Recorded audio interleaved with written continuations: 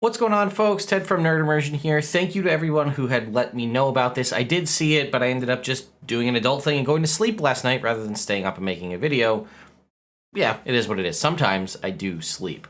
But in a surprise move, which may or may not be a good thing, I'll be honest with you, I have not read it ahead of time so that I can read it together with you now and you'll get my first reaction to it.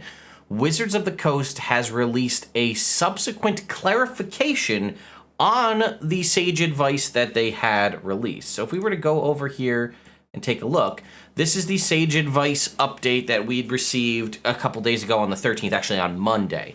I had covered the actual sage advice compendium updates, which answered a few questions, and in a subsequent video, I covered all of the different erratas contained within the following books.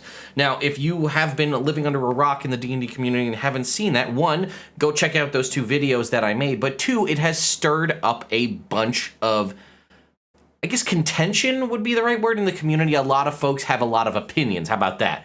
It has triggered emboldened, opinionated responses, as anything does when Wizards of the Coast makes a fundamental change to things, this one being a large focus on things like the multiverse and alignment. So if you were to go look, it looks pretty much just like what you saw on the 13th. Here's the link to all the erratas. Here's a little bit of a high-level stuff they talked about the drow. Here's some rules questions that were only contained in here, not contained in the Sage Advice Compendium. But if you look at this right here, clarifying our recent errata by Ray Winniger. Ray Winniger is the kind of president, CEO, I think, of Wizards of the Coast. I think it's Wizards of the Coast. It might just be Dungeons and Dragons, so don't quote me on that. But he says, we recently released a set of errata documents cataloging corrections and changes made in recent reprints of various titles.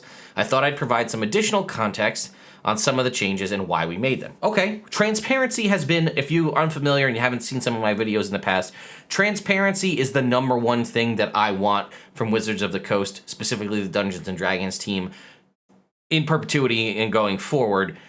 I just want to know what's going on. I don't necessarily need a specific book or a specific module. Just be clear about what's happening. That would be, and why decisions are made for one reason or another. Stop keeping us in the dark. Be transparent. And this looks like it might be, again, we'll read it and see, a step in the right direction, which would be greatly appreciated. So, for example, we haven't decided that beholders and my flayers are no longer evil. We make text corrections for many reasons, but there are a few themes running through this latest batch corrections worth highlighting. The multiverse. I've previously noted that new setting products are a major area of focus for the studio going forward. We know that there will be a couple coming in 2022. As part of that effort, our reminders that D&D supports not just the Forgotten Realms, but a multitude of worlds are getting more explicit. Since the nature of creatures and cultures vary from world to world, we're being extra careful about making authoritative statements about such things without providing appropriate context. If we're discussing orcs, for instance, it's important to know which orcs we're talking about.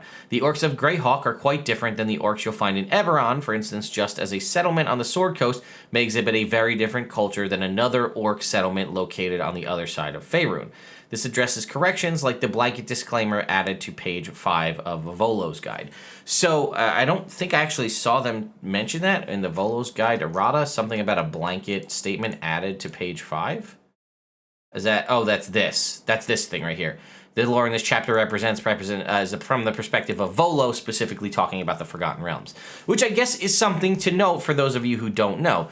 The main sort of continuity, if you will, at least previously, it seems like it's being changed now, for 5e has been the Forgotten Realms. When you see stuff, when you see deities referenced, a lot of the guides are all approached from a Forgotten Realms perspective, specifically the Sword Coast almost exclusively. But to that point, yes, an orc in Eberron is drastically different than the orc in the Forgotten Realms. I'd say your Forgotten Realms orc are more akin to your like Tolkienian orc in the way they're perceived and the way they act, whereas an orc in Eberron or an orc in, you know, Exandria or Greyhawk, drastically different than it might be in your own homebrew game, right? So things to consider. So I understand the concept is, for a lot of folks, and I've stated this countless times, there are a ton of folks out there who do not feel comfortable, even if they're DMs or they're just getting started maybe in homebrewing or what have you, they don't feel comfortable changing things or altering things unless they're given the okay from Wizards of the Coast. Now, to you and I, maybe veteran DMs, that just might sound absolutely ridiculous, but I've seen it time and time again. Unless Wizards of the Coast gives them a specific a statement, text, conversation that says it's okay to change these things, they don't feel comfortable making those changes. And I guess to that point, that's what they're talking about here. Rather than hard pressing saying that orcs are and act in a certain way, as described here, they're clarifying that to say that is from the perspective of the Forgotten Realms, Volo's Guide to Monsters, orcs elsewhere might be different, and I think that's what they're kind of getting at.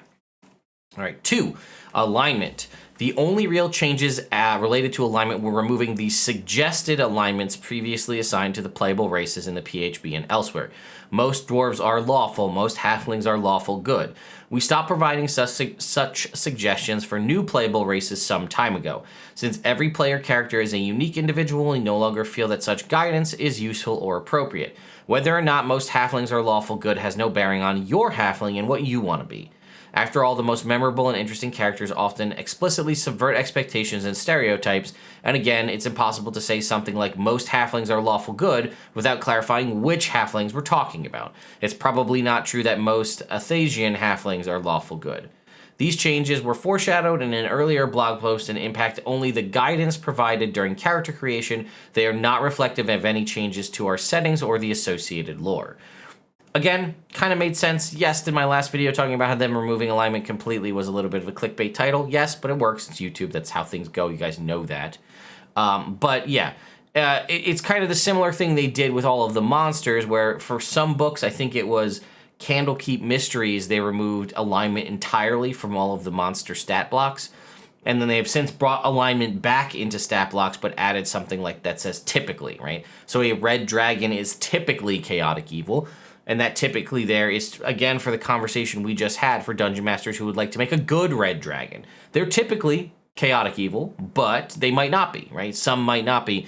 And then, again, this is, to that point about alignment, it's true. If you look at more recent races that have been released for a while, alignment hasn't been a section covered in there. But it was originally, and probably, again, a legacy from earlier editions and the culture and the world at the time when they were designing 5th edition back in 2014 to say most dwarves are lawful. That's not necessarily true, as I'm sure many of us have seen in a variety of our games. Not all dwarves or most dwarves are lawful good. Maybe some are, maybe some aren't. But rather than adding in that language that could possibly confuse folks later on or make you an immediate outcast based on alignment decision, frankly, I say kill alignment altogether. It doesn't really have any impact other than a handful of magic items. There are some magic items that exist in the Dungeon Master's Guide that says, if you can only attune to it based on your alignment, and there might be a handful of some monster-based abilities that are tied from the Monster Manual, again, probably that are tied to alignment.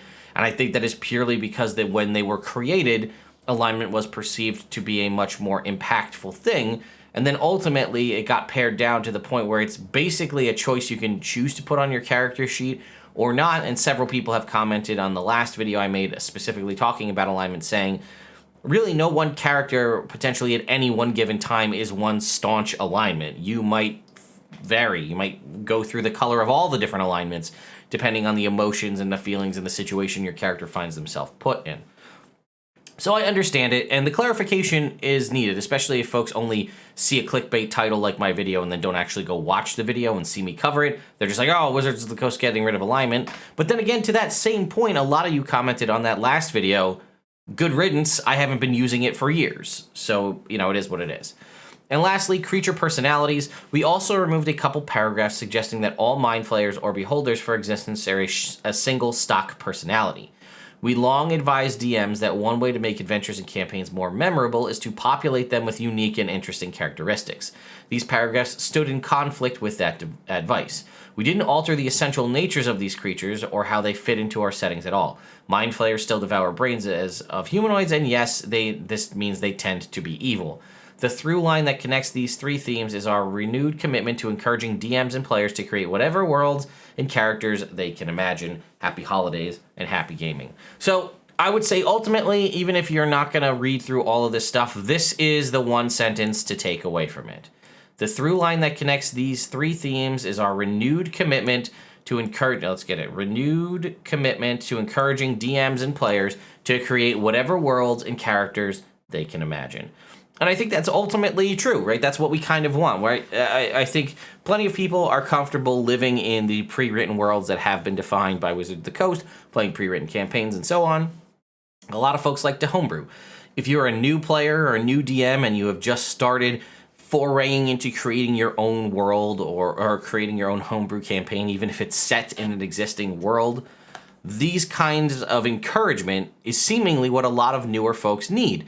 And I do appreciate Wizards of the Coast doing that. It also does, you know, breathe a whole new life into the game in a way that a lot of folks are going to start creating their own stuff. And who knows, maybe those folks go on to publish their content on the DMs Guild or kickstart them and make their own campaign setting or something like that. So ultimately, it is nice. I'd say the biggest, aside from that, what the reasoning was behind these changes, the biggest takeaway for me is that we're not hearing silence on the part of Wizards of the Coast. And I think that that's big, right? They made an adjustment, several erratas, fundamentally changing aspects of books, cutting content, adding content, a lot of stuff that folks were questioning, why did you do that? And rather than just living in the dark and not hearing a single word or anything from Wizards of the Coast, within 3 days of releasing that article, or 4 days, I guess, of releasing that article, no, 3 days. It came out yesterday. 3 days of releasing that article, the president of the company said, hey, let me clarify why and let you know so that I can quell any of the questions you may have,